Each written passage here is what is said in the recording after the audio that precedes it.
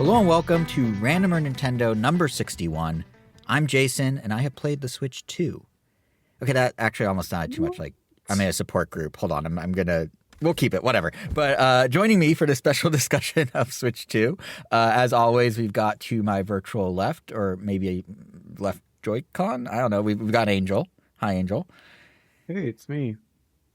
And How'd you on play our... it and not me? Like, wait, Well, did I play the Switch early? When the hell? We both did. Happen? We both did at a... I don't know if we're Oh, allowed that's to right, disclose because it about was that. so... Yeah, it was Without not saying too much, we got to play me's. 2 days before launch privately, and we couldn't really talk about it, but we did. Yeah, Yeah. because I knew we did. I just couldn't remember how, because I was just thinking back to Wii U, how that was like, behind the curtain. That was kind of cool. And then we played it again at a soundstage on Sunset Yeah. Boulevard, which was actually similar to how this one played out. But yeah, so we got Angel, who has vast neat. experience with playing Nintendo consoles before release. And Twice. on the right, our virtual right Joy-Con, I guess, we have Kevin.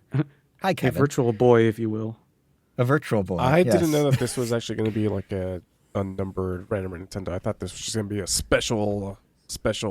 Oh, I mean, update. we never stick to a schedule anyway, so I was like, whatever, let's put the number on it. We could call it 60.5, kind of like the sequel to the last one. I think this is just a power move on Jason's I really part. don't care. I was just, yeah. I think it's just Yeah, like, it you know is. what? When I bring all the topics, this is going to be a full-on, no And boy, am I bringing all consent the episode. topics. There you go. Yeah. No consent. Wow. Okay, that escalated. But you raise a good point. To those out there listening, they might be looking at their podcast feed, expecting once every 2 weeks, and being like, "Wait, we just got a random or Nintendo 6 days ago. How much do I have to listen to these guys?" And the answer is a lot. There was a Wait, lot so to last say about. episode was episode 60, random Correct. Nintendo 290 something? Yes, and that 285. Yes, and that was 6 days ago. And in it, we covered a ton about the Switch 2 news, but there's not so much to say about having gone hands-on with the Switch 2 that we have this separate episode to bring impressions ASAP to everyone. And that's kind of how things fell, and that's why it's twice in a week, which for randomer Nintendo is unheard of. So a little extra for everyone out there. So now that we got through the logistics of how we got here, should we well, first, how are you guys doing? Everyone good before we go too deep? Well, I guess seeing as how it is called a randomer Nintendo, I guess I do have something really quick to share. So I this quit. weekend, Kevin's like, I bought into a one-off thing for one topic, and now I'm out. yeah, well, like, yeah, you broke me, Jason. This is supposed to be more flexible, once every 2 weeks. Now we're doing twice with another episode next week. Like, I draw the hat. I don't know how you did it. You got me to agree to it. Wow, I'm done. And now, not only that, but you're bringing your own topics? Like, what? Yeah, well, I felt this was like significant enough, especially because you both know me, I would argue, decent enough. Yeah, I've seen you I'd naked. like to think so. Whoa. What? And yeah, so if anything, very, in one case, very personally. So I have questions, but I will not ask on Yeah, this. that's not the podcast to talk about that, but Not the venue, not the vehicle for that conversation. yeah, so you guys know, at least when it comes to contemporary music, I guess how much I care for it, and that usually extends to contemporary, non-soundtrack, non-video game. I don't even know what to call it, just in general. Like, I am aware of who Queen is, like big general stuff like that. There are obviously some songs that I like. There's a lot of things I've been exposed to Guitar Hero and stuff like that. And yeah, once in a while, something like Iron Maiden will I'll get exposed to something like Iron Maiden enough that it'll really click with me, and I'll end up like really like, I will discover some things from time to time that I really like. But what happened recently was like I had an opportunity to kind of like really listen to, or I guess maybe we'll use the term, I was open enough to really listen to a lot of these songs from a lot of these bands that over the decades I have essentially never really cared for, or either misremembered who they were, or confused them from any other artists. I think like a very common one of mine is anytime Weezer is brought up, I always say like, oh, the guy from I'm a Creep. or Radiohead. That'd be Radiohead. Yep. Yeah, it's Radiohead. yeah, the walkie-talkie people. Yeah, Nope. yeah, exactly. Nope, You know, nope. Walkie-talkie or the Hives. Nope. like my The point exactly. walkie-talkie Like people are the there- Hives. Walkie-talkie man is what he's talking That's about. not. That's not the Walkie-Talkie Hives. Man. Isn't that the Hives? That's not the Hives. Isn't it? No, it's not. Who is? What is that? I said it with such confidence. It's not the Who Hives. is it? I'm pretty sure. I'm pretty sure it's something called Stereogram. Yep. Oh, there it's you go. Stereogram. Yeah. Well, that's, there we go. No, I absolutely. Yeah, that's not the Hives. Where'd I get the Hives? How did I know and you didn't?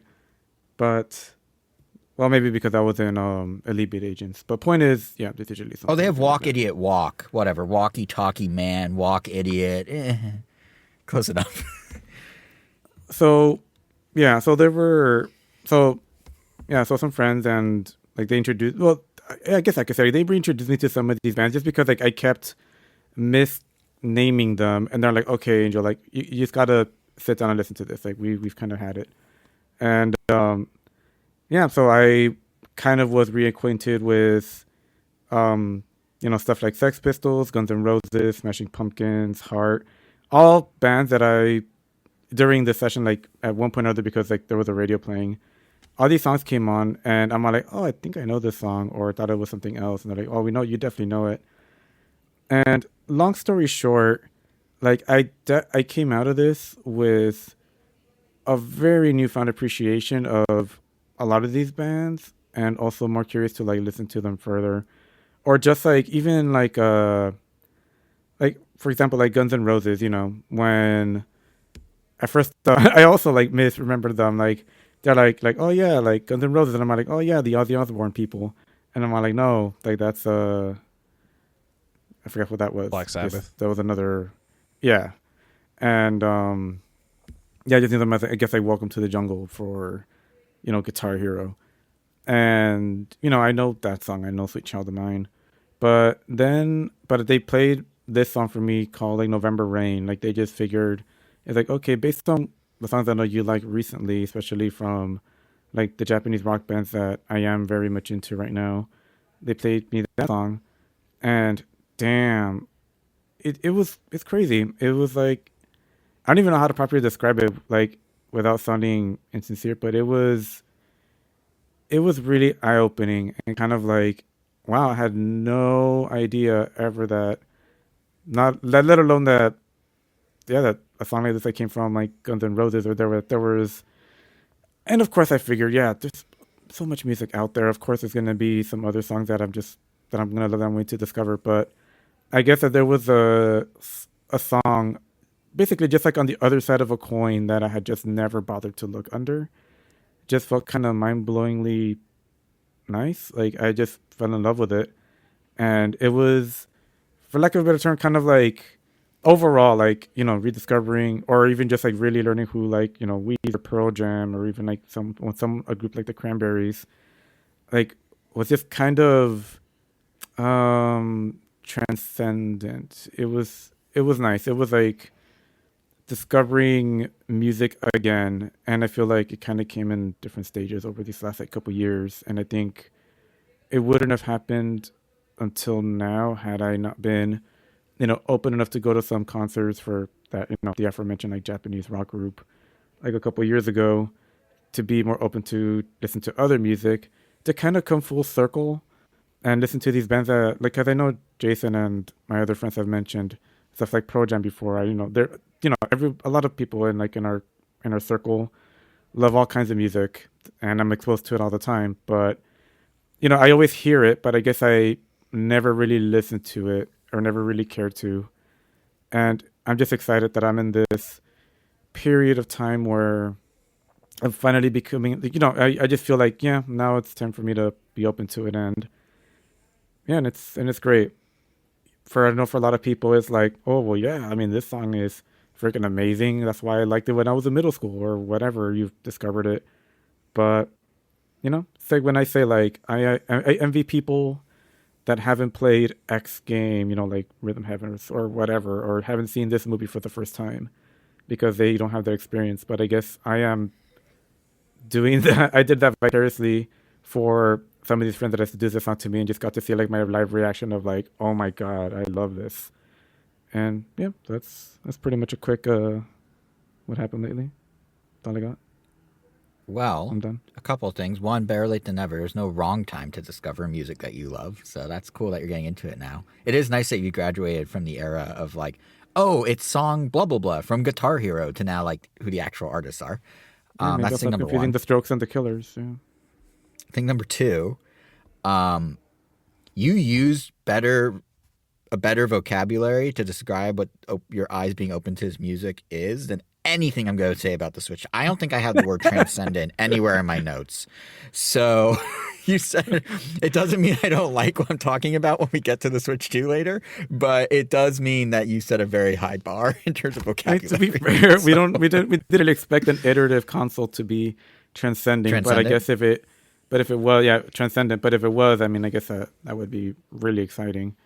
Yeah, but just I feel like I just need to like couch the entire episode now with just like, I'm not gonna use those words to describe it, even though I liked it. So, but that's nice. That's cool. You discover a bunch of new music. That's fun.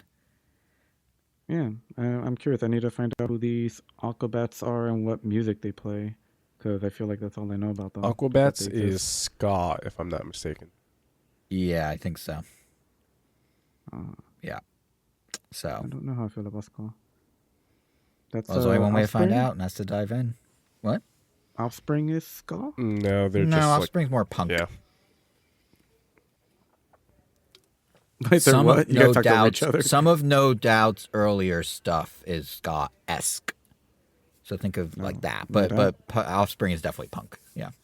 Oh, okay. All right. Kevin, what something like, epiphanies have like you- Manifesto problem? Yeah. Actually, yes. Very street That was like I don't know. Wow. Yeah, I don't know what they. make that poll. Well, I mean, I don't know what they sound like, but my old housemate in college really loved them, and I knew they listened to ska, and that one just stuck with me because I think he had a poster. But yeah, Kevin, do you have any transcendent? No, I don't know how the moments fuck you're I'm about supposed to share? follow that. Like, he Yeah, I just don't know gave how- this, like I said, I this don't know what I'm supposed to beautiful do. soliloquy I know, on this beautiful. I know. on how he's just discovered music.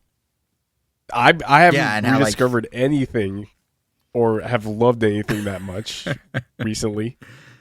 I mean, the way that Angel talked about November Rain, yeah. like, I don't know.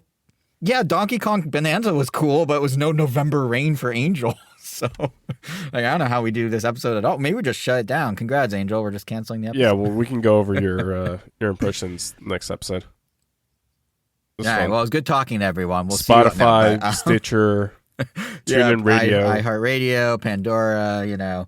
Tune in a week. I'm just gonna burn my laptop where all these notes are written. It's fine. It's fine.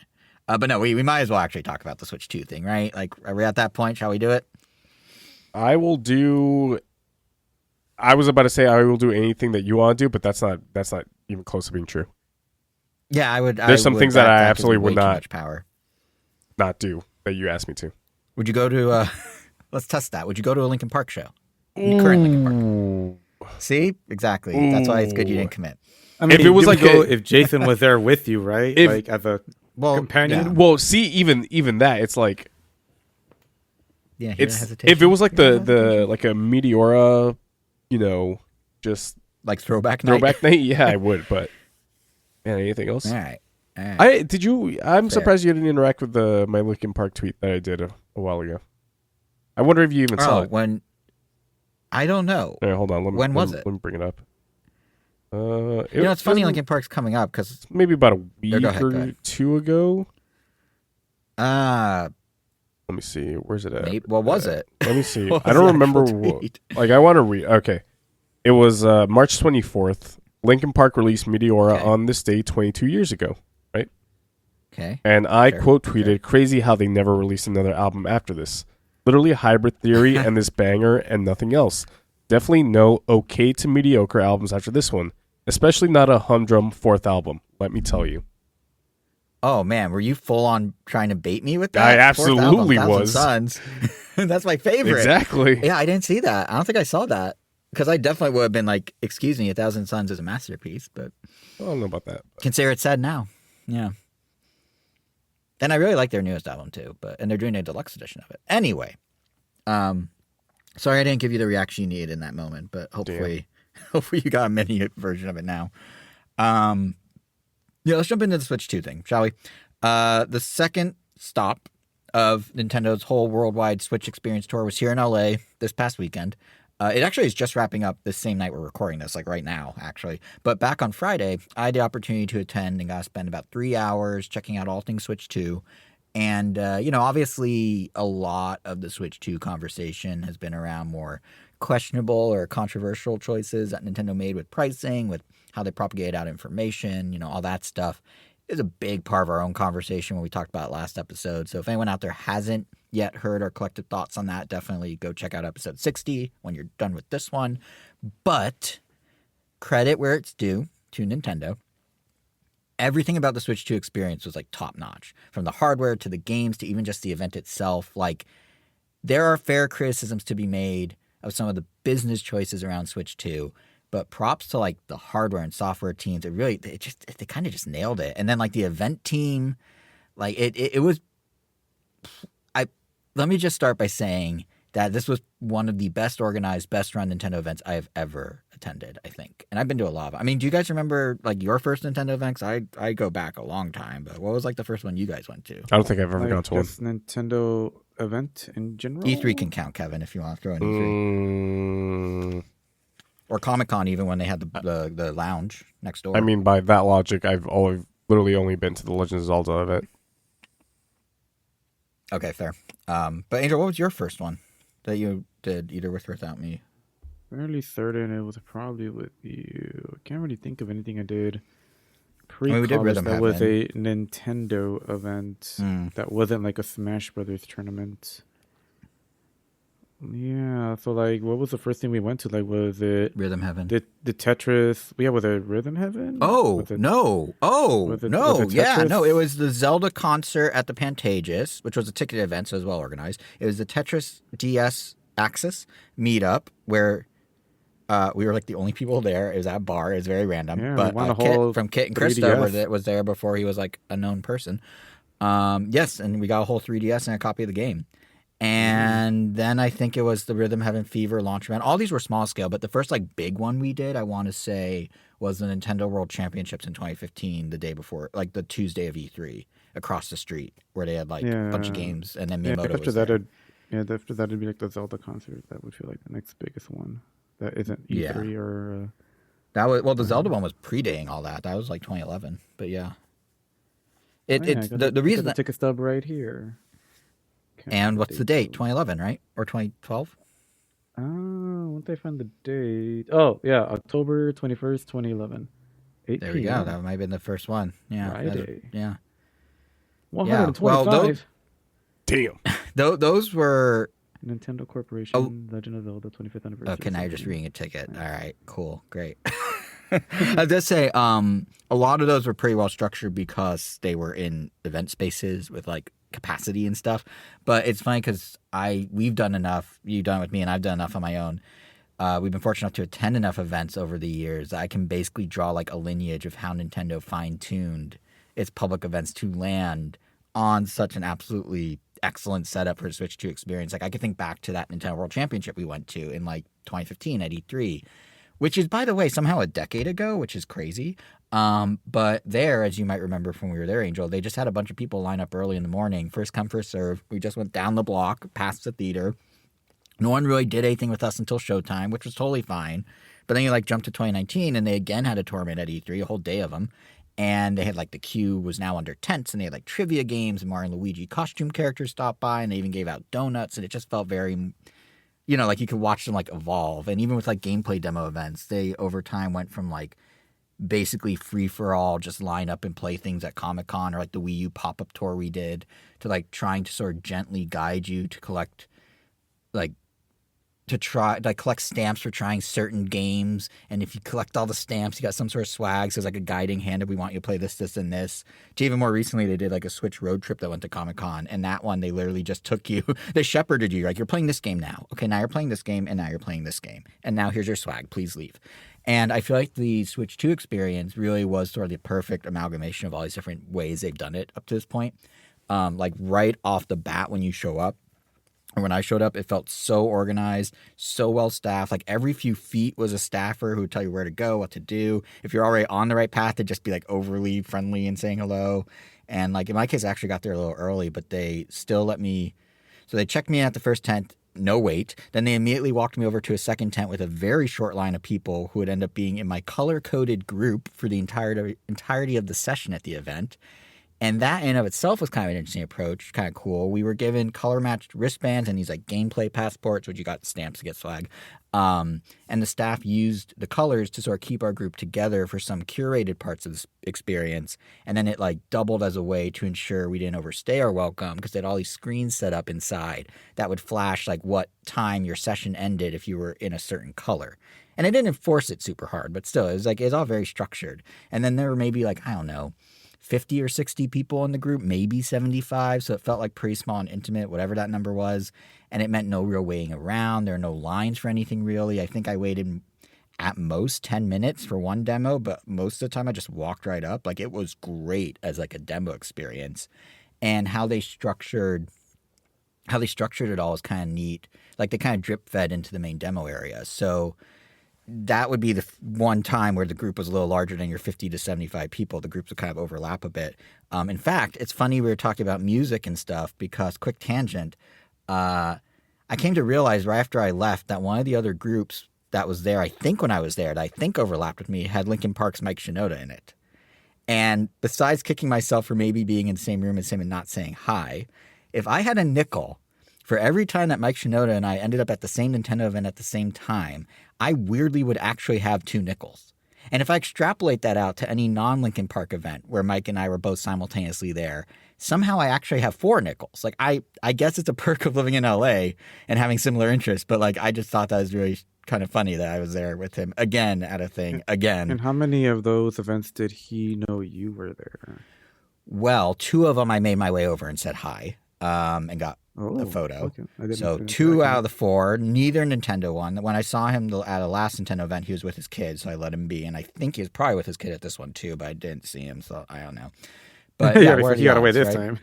He got away this time. That slippery one. No, but yeah. Anyway, how it worked is that they kind of like, they had these groups and they would first bring you into a room to experience the hardware.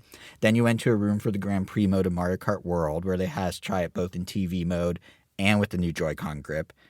Sorry, let me rephrase that. It was in TV mode with the new Joy-Con grip and in handheld mode on the tablet, like right next to it. And then we were ushered into a separate third room for the new Knockout Tour of Mario Kart World, where we got to try the new Pro Controller for the first time with it. Then we were guided into this free play area to go a section with Donkey Kong Bananza. And then we were basically unleashed into the rest of the space, which was this giant soundstage at CBS's Television City. You may know it as where they film a bunch of game shows. Price is Right is filmed there. American Idol used to be filmed there. I think The Late Late Show, when it was around, was filmed there. But they just kind of unleashed us in this big demo area where you could pick up to any 6 games they haven't played yet to play out of, I think, about 15 in total, including multiple that let you experience the Joy-Con mouse for the first time, as well as like the Switch 2 camera with camera play. And then on the way out, we all got like a super nice Switch 2 backpack. It's dark gray, has red accents everywhere, and a really nice like stitched in Switch 2 logo. So the point is, the flow of everything was just really good and how it like eased you into each aspect of the new Switch. And it felt a lot like if E3 or their old Comic-Con lounge was this invite-only, like fan-focused thing. Like no crowds, still an interesting collection of people. I was talking to people in line from both Utah and Alabama who flew out just for this. Only thing really missing was having the developers there. But instead, there were like some familiar Nintendo event staff faces that I recognized from pre-pandemic days. So that's kind of cool to see them again. But yeah, that was kind of like the whole presentation of the experience, which again is just like A++ to Nintendo's event team. It's really well done. But might as well actually talk about going through it with impressions, any questions you guys may have as we go, starting with the hardware itself. So immediately, when you are brought into the Switch 2 experience, Nintendo did this really clever thing where you get to go hands-on with the actual Switch 2. It is not tethered to anything. There's no added security device weight on the back. You walk in and quite literally, they have glowing podiums with the Switch 2 units like perfectly placed on them. Like all that was missing was the "ah" in the background as you walked up to it. Like it was so like, well, yeah. But given how the hardware has a number of distinguishing updates that Nintendo was keen to point out, it was a smart way to let us like get an uninterrupted sense of things like the larger screen or the magnetic Joy-Cons without like having games distracting us. And you could just go pick it up and fiddle with it. Each podium had a staffer on hand that would kind of talk you through some of the changes and answer questions, which was a nice touch. And, I'm sure it was also a security measure to a degree to have someone watching them that closely. But yeah, the hardware is really good. It's definitely bigger, but it's interesting in that it has the pros of being bigger without many, if any, of the cons. Like, not a knock against something like the Steam Deck, but there is, in the few times I picked it up, there's like a bulkiness to that device's design. It's not heavy, like it's not a weight issue, but something in the ergonomics of it, the few times I picked one up, always to me made it feel very large, like just physically large. Similar, actually, like it kind of reminds me of like the Game Gear that Sega made back in the day, like how it just felt like large, even though it wasn't that large. And with Switch 2, at first pickup, it just feels like a Switch. I mean, it's more comfortable because it's bigger, especially the Joy-Cons. It's so nice to have like real SL and SR buttons that actually press in and aren't little like tic-tac thingies. But the unit is no thicker than a Switch 1. It doesn't feel a whole lot heavier, probably thanks to like the weight distribution having more space to work within. And really, it just feels like a Switch, only more comfortable because it's bigger. I probably should note, since the Switch OLED came out in like 2021 or whatever, that's been my primary Switch. So I'm already used to a slightly bigger screen to begin with. So jumping from like a 6.2 inch screen to a 7.9 inch screen is probably going to feel more of an oomph than going from my 7 to 7.9 inch. But unit dimension wise, like Joy-Con dimension wise, the original and the OLED are 1-to-1. And regardless of which one you're coming from, the Switch 2 just feels better. And in particular with the Joy-Cons, it also feels sturdier. It's actually a point the Nintendo rep specifically made to me at my glowing podium that this thing is durable. Like, you guys know that flex point in the Switch 1, right? Like where the Joy-Con and the tablet meet, you kind of creak it a little, right? Like there's a little give. It's a little fun to Not here. that sometimes. Whoa. Yeah, right? It kind of does that little like, yeah, it's not here. It's not on the Switch 2 at all. I also was encouraged to like really try to wiggle the Joy-Con out of the unit. And while I didn't go too crazy because I didn't want to like get kicked out of the event or anything, the magnet definitely holds well. Like popping them in and out is super easy. It took maybe a second to get used to the little release button on the new Joy-Con. It's directly behind the shoulder button, but it became second nature like super quickly. And as much as I do love the idea of sliding the original Joy-Con in and that snap into place and how satisfying it is, honestly, the magnetic click might be more satisfying. Like in the same sort of way that popping an iPhone onto a MagSafe charger has that very satisfying, like the magnets of the Joy-Cons are pretty much the same vibe. It's really it's a very sturdy, durable device. It's really nice. And coming from a Switch OLED, there were 2 points worth touching on, I think.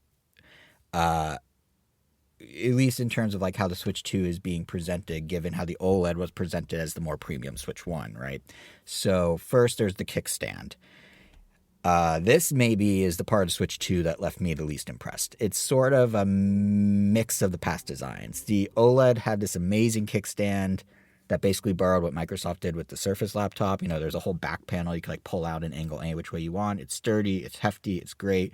For Switch 2, Nintendo is bringing over the ability to angle the kickstand any way you want. Literally any degree you tilt it, it will stay at that degree. I tried multiple angles, worked every time. But in presumably, I would guess, a cost-saving measure, the slate of the stand that the Switch 1 had is replaced with like this little plastic bordery outline thing. Like basically it's a big old squared off letter U that you can pull out. And it works. It's not going to fly off, but it feels weaker. Like it's not going to break, but it has some flex to it when pulling it around. It's almost like they took the OLED stand functionality and went back to the cheapness of the original Switch 1 kickstand. And if that makes sense. And truthfully, it's one of my least used Switch hardware features. Like it's not a huge deal in my book, but it was noticeable that it like feels like a downgrade from the OLED. I mean, are you guys big tabletop mode guys? You use your kickstands on your Switch when you use your Switch?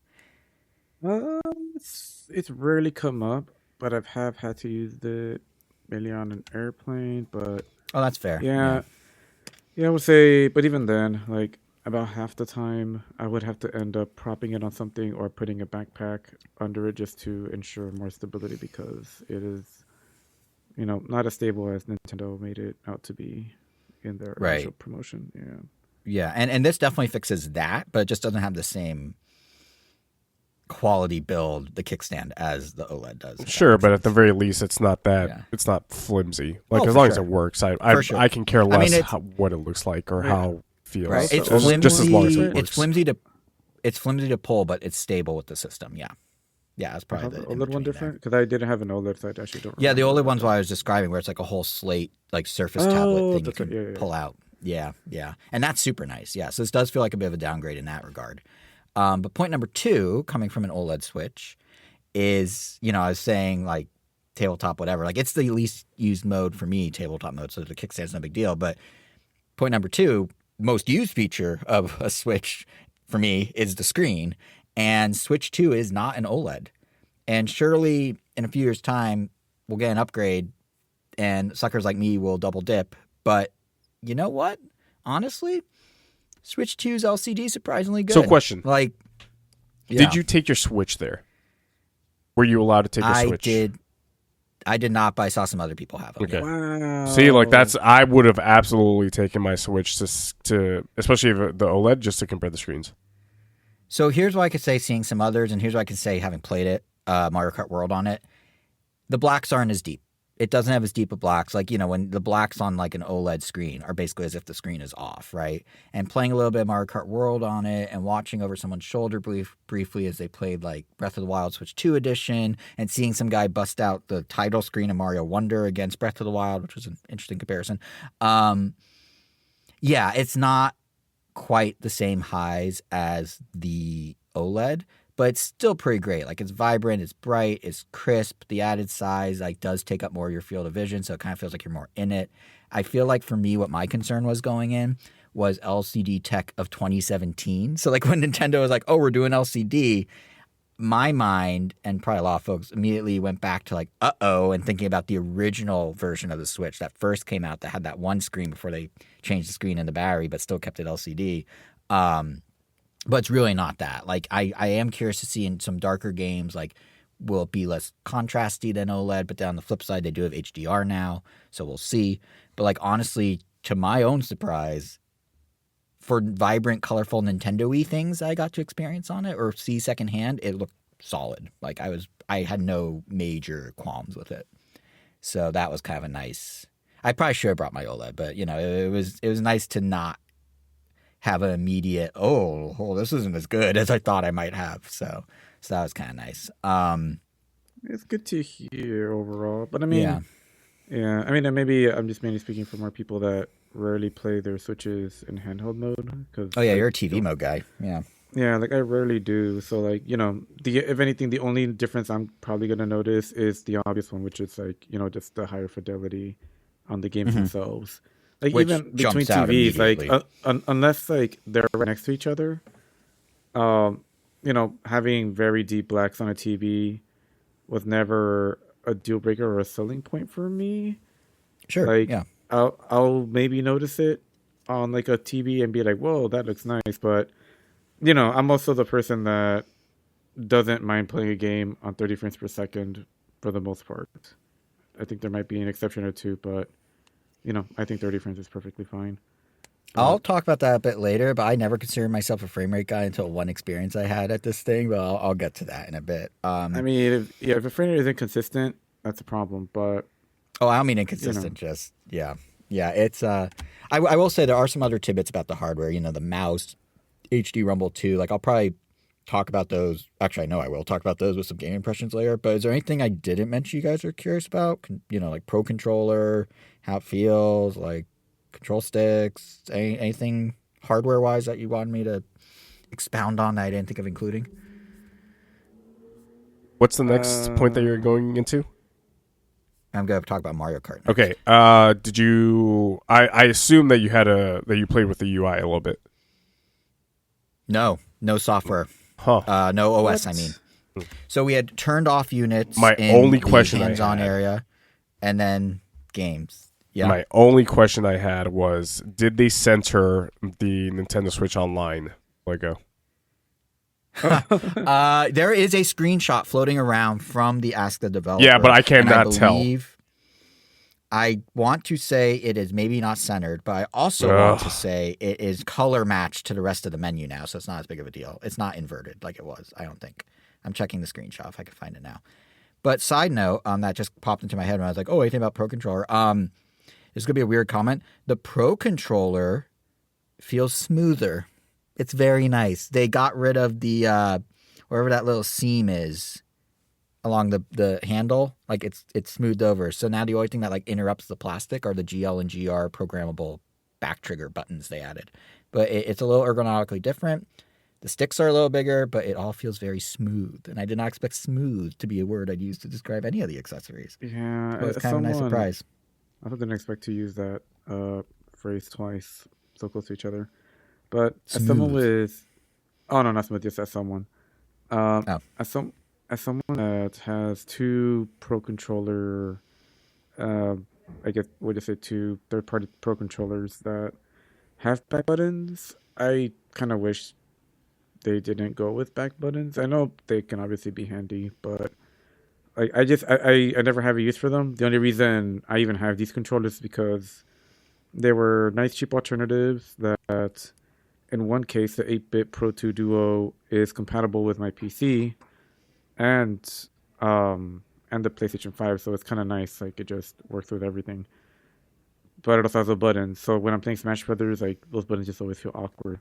And then I also have not the Hori, the PDP Pro Controller, which is also like a fraction of the cost of the Pro Controller. I think it just doesn't have Amiibo and Rumble, which is perfectly fine because it has an amazing Bowser design on it that glows in the dark. Great trade-off. Priorities. Yeah, and the controller is very solid. The only thing, it just also has those like bonus buttons on the back. But I guess overall glad that they didn't redesign it so much that these controllers won't be compatible, because that would be kind of an annoying, like, oh god, I invested in Pro Controllers. So I'm glad that, the only difference is Go ahead. Yeah, the Discord button, which I usually. I believe you mean game chat, but yes, same thing. Yeah. And Kevin, I just looked it up. Bad news. Switch icon is still inverted and still. Oh my god. The Switch Online icon. So. Why they can't get anything now. right? So they put all the icons in like a menu bar looking thing, like a subtle menu bar, so it's encased in something, but it's still the store thumb. Yeah. Pretty sure they did that. Yeah, we didn't get despite Kevin specifically. I'm sure. Yeah. The most I got to see of the UI was at one point they resynced the controller, and that menu looks identical. So there you go. But yeah, so first they showed us that hardware, and then to kind of follow the path of the Switch 2 experience into the first game I got to play. You're asking before, Kevin, the next bullet point would be Mario Kart World. So as I mentioned, they had us play a few different ways. Initially, the new Grand Prix mode, followed by the Knockout Tour, but then sort of wedged in between, we also got to experience some of the free roam mode. So I guess technically we got to play all three modes that have been announced so far, which was kind of cool. Right off the bat, though, let's talk about the thing we were unsure of last episode, the logistics of how Grand Prix works. So initially in our last episode, but initially in our last episode, well, there's more clarity beyond where we were confused. Initially in our last episode, I, to your point, thought you could do 3 laps in a track per usual, and then you guys pointed out and corrected me very quickly that the laps are divided into one lap per listed track, with the journey between them also counting as part of the laps, right? And that kind of led to a discussion of, well, how does it work if you're doing one-off races without the broader drives between them, right? That's kind of was the open-ended question mark we had. And for at least the demo that they had set up at the Switch 2 experience, I sort of have an answer. You maybe don't do 3 laps in one place like ever, maybe? So how the demo of the Grand Prix mode was laid out, and I did it 3 times with 3 races, you're going from point A to B, and collectively that makes up the 3 laps. In other words, they're almost mashing up tracks, past and present, connective tissue in between them to form what then becomes one 3-lap Mount Wario-like relay race. And once that race ends, That's it. You don't go anywhere else. You're just picking another, what they now call Grand Prix race from another predetermined point A to B, and then you do that relay as a single race. And it could have just been for the demo, maybe. I mean, they had us, like I was saying, they had us switching from TV mode. Right. So, well, what are your thoughts on it? Let's talk about it. What are your thoughts on it? I mean, if that's the case. This is obviously like still speculative, but if that is the case, damn, that is just a little bit of a bummer, just from what we've seen so far. Because, obviously we've only just seen a tiny bit of the game. I'm sure level design from these in-between sections will become more elaborate as time goes on. But I would say that from what I've seen, the most interesting parts of any of these tracks is the actual quote-unquote looped track part. And these in-between sections have so far been not very interesting to look at because they just look like a filler area, like with some sometimes having multiple lanes, but for the most part they don't have any of the crazy pizzazz because that's usually saved for the main track. So if I guess 66% of all races is going to be like these in-between tracks, and I guess you get your big blowout. Hold on, I'm going to correct you there. It's 33%. So when I was doing from point A to point B, lap 1 would be point A, lap 2 would be a connection of some sort, and lap 3 would be point B. Well, regardless, so only one of those laps is on the actual track then. Okay. The connection is... Well, 2 actual tracks. That's okay, hold on. You played a Grand Prix. They had us do what they call Grand Prix mode, and each Grand Prix was a single race and then a result screen, and it was over. Okay. And then we switched device, and then we switched back. So you didn't play a Grand Prix the way that we would. Like not a full Grand Prix. We played the one-off races. That last episode, we were kind of like, how do one-off races work? So now I kind of know. I don't know how the full Grand Prix works, besides what we saw in Treehouse and what we speculated about last week. But the way they were doing it, they had us like play in TV mode, then play in handheld, then play a third way, however we choose, whichever device. And at the end of each Grand Prix race, which was 1 3-lap segment, they're like, okay, you got this place. Done. Result screen. Now, choose a different one. So, I will say this. When I was playing it, it didn't exactly feel like the middle chunk was a boring middle chunk. It all flowed together pretty well. So, I don't know if that's something different for these races or if it isn't as pizzazzy just by luck of what routes they happen to give us, but there were a bunch of different combinations and none of them stuck out that the middle chunk felt particularly weak. But there definitely were moments where, like, the third lap, you'd be like, oh, look at that. So I guess by contrast, in a way, it did. But, and again, I don't know if this was just for the demo, because obviously they want to promote the interconnectedness of the world, but in a bite-sized way for people demoing. So maybe they isolated races just for the sake of this and to emphasize the world idea, and then, like, the actual single races might work differently, or there's another mode we don't know about. But as of right now, they're just like slices, but consistent slices. Like I'm choosing, I want the route that takes me from, I'm just going to make up track names because I don't remember it. The route that takes me from Mario Circuit to Peach Castle is always going to be the same 3-lap stretch, what they call 3-lap, from Mario Circuit to Peach's Castle as a predetermined track. It's just kind of Mount Wario relay style where you don't circle back, if that makes sense. So we'll see what that turns into, but I thought that was kind of interesting that is how they're doing it. And to me, it kind of suggests that, like, you still can learn. Like, one of the things about laps that's always nice is if you're playing a new track for the first time, you can see a secret on lap 1, go do the secret on lap 2, master the secret by lap 3, and then you kind of know it. Like, I feel like with this, you still could kind of do that. It's just now subsequent races you're honing your skill in versus within the same race. But ultimately, the routes they put you on from Mario Circuit to Peach Castle, let's say, is a consistent thing, at least in the Grand Prix I played. So there's still opportunities for them to pizzazz and do stuff in the middle. It really is like Mount Wario, just everything. It's just interesting because it just sounds like it's like Mount Wario, except it's now daisy chaining multiple tracks together. So if anything, it feels like it just kind of narrowed down the total amount of, like, I guess, track variety that there could be. Potentially. Yeah, that's what I'm sort of hung up on, is like, you're right, because now what was 2 tracks is 1 track. Yeah, So like, how does that going to work? I mean, obviously we will see when it happens. Like, I mean, if anything, there's more questions on, like, the Rainbow Road. Like, the Rainbow Road is the one I'm always like really excited about when Mm-hmm. it comes out, or the Bowser's Castle, which we do know is in the game. But Mm-hmm. that means Bowser's Castle is always going to be attached to what I hope is another track I really like. Otherwise, it's going to be like, man, I love Bowser's Castle, but man, that middle section, oh, it's the worst. Or, oh man, that connection section, oh man, that one's the worst. So, Right. or it could be all really amazing. It just seems like there's just more pain points or more bottlenecks potentially. It's But a shakeup in a way Mario Kart hasn't had, and there's a lot of question marks around it. yeah, Yeah, and I think even the that's all fact that it they is. It's call just it, very different. yeah, It's just like points that make me nervous. But but we'll see. I am excited to experience it for myself and be proven wrong and check it out. But it and also sounds like things that Sonic's game is handling in a way that I guess I would prefer, but it's also like the safer way. But it's right, cool. It's cool that they're different because it gives me and more I reason to do, play each game and to go back to each of them. Because if they were very similar, then then obviously one would just replace the other, which I don't want.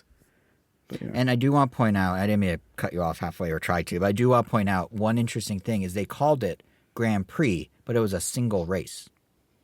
Grand Prix in old Mario verbiage meant 4 races, and you're ranked across the 4. This was called Grand Prix, and it was 1 race. So I don't know if it was like Grand Prix styled race in contrast to knockout tour style race, or if it was like Grand Prix mode, like knocked down to 1 go, or if there's a separate like single track mode. Like we'll find out. But yeah, it's the fact that they're calling it Grand Prix and yet it's only 1 race also raises an interesting question of so what would be a one-off race instead then, unless it's this. So we'll see. But the naming thing is kind of interesting. Yeah, too. wasn't that just our general question? Like, what? Like, Yes. is there any Is there any way where because these are essentially 4 tracks connected? Mm-hmm. Is there any way just to do the 4 races? I think that was just the question that we had just at the end of last week's episode.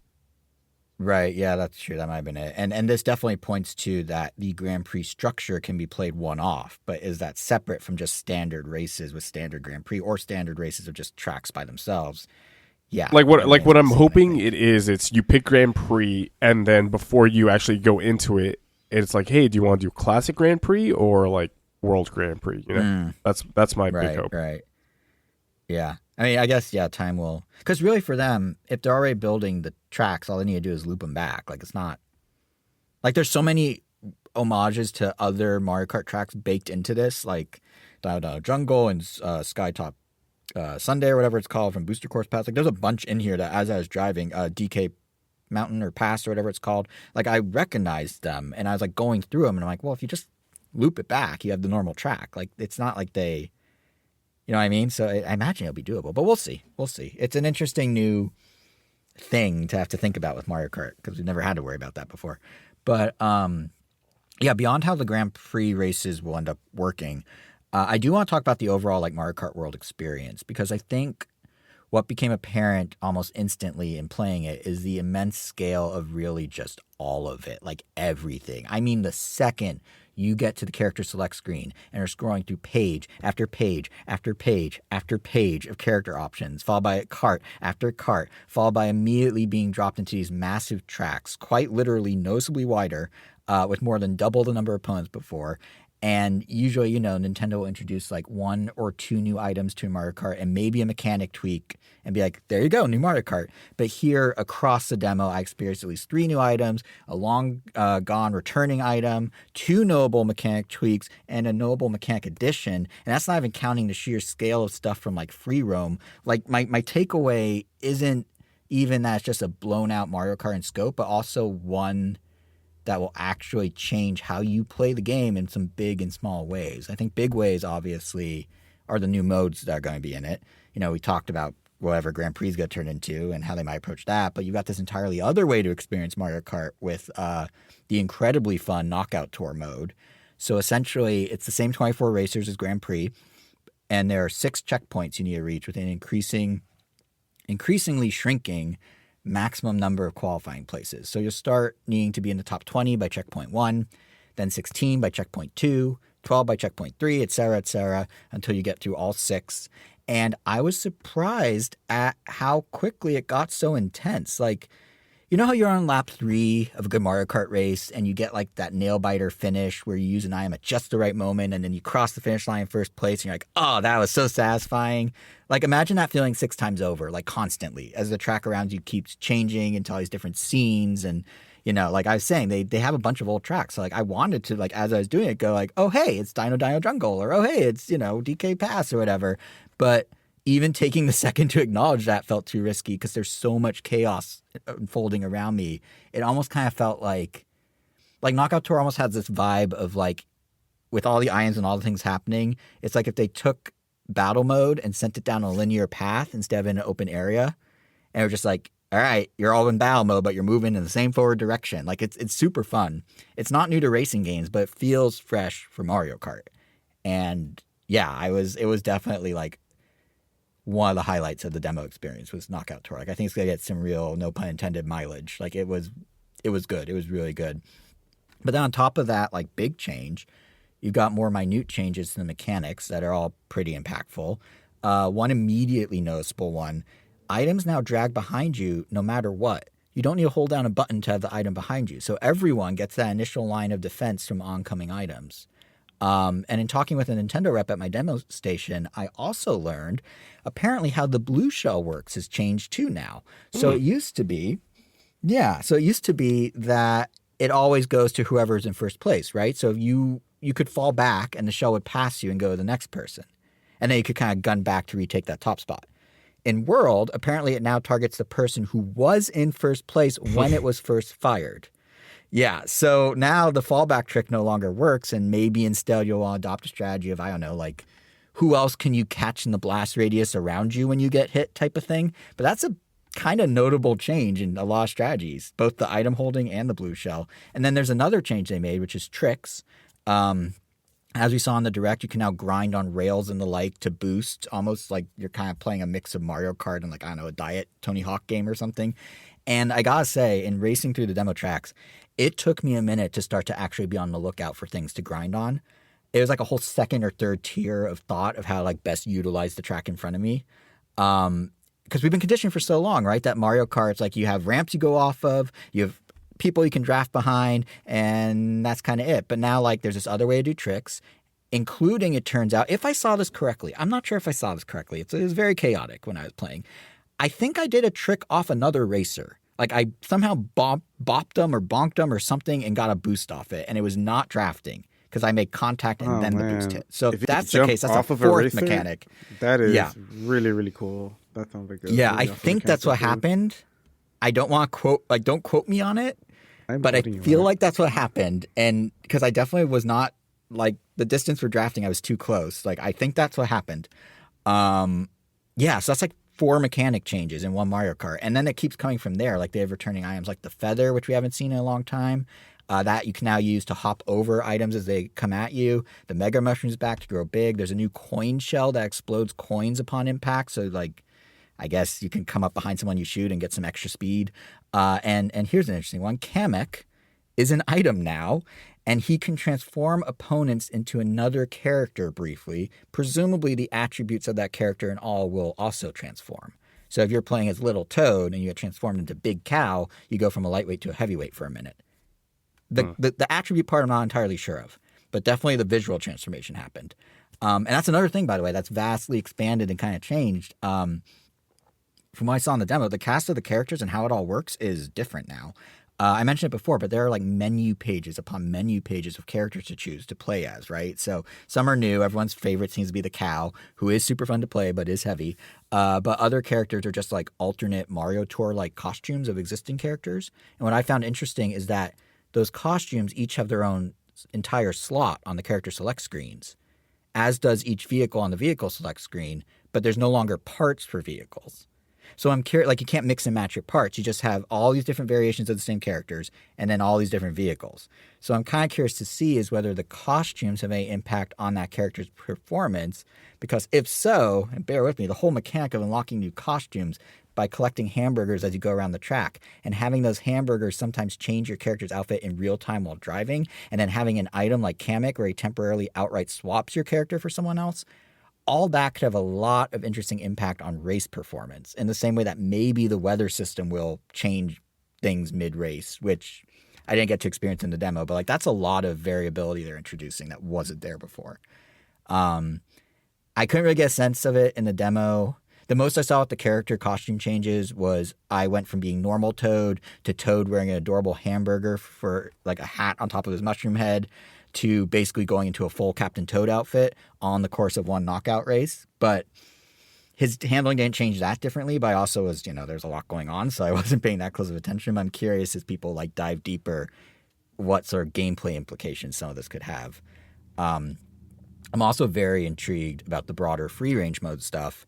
Like I said, I got a chance to dabble in that during my demo, and if nothing else, it's just a really fun showcase of what the Switch can do, like power-wise. I mean, even in races, the lighting, particle effects on some tracks, attention to detail, all great. But like free range, literally, I could keep driving in any direction. No load time, no pop-ups, just really good draw distance. I started on one track, hopped into the ocean where my cart turned into a boat. That's the new thing it does now. And physics-wise, it reminded me a lot of like Wave Race 64, like playing Wave Race, which was kind of cool. And I was able to make it all the way out to like a tropical island that I couldn't even see when I started going through the water. All seamless, no hiccups, just one constant experience. And I'm kind of curious what Nintendo's going to do with this, because we were saying last episode, Bill Trinen at Nintendo has particularly been teasing something big. Like in the demo, I did occasionally get some fun stuff in free range mode. I drove through some Goombas on floaties that, probably had to have been like a Mario 3D World callback. There's another point where some birds were following me, kind of like Mario Odyssey.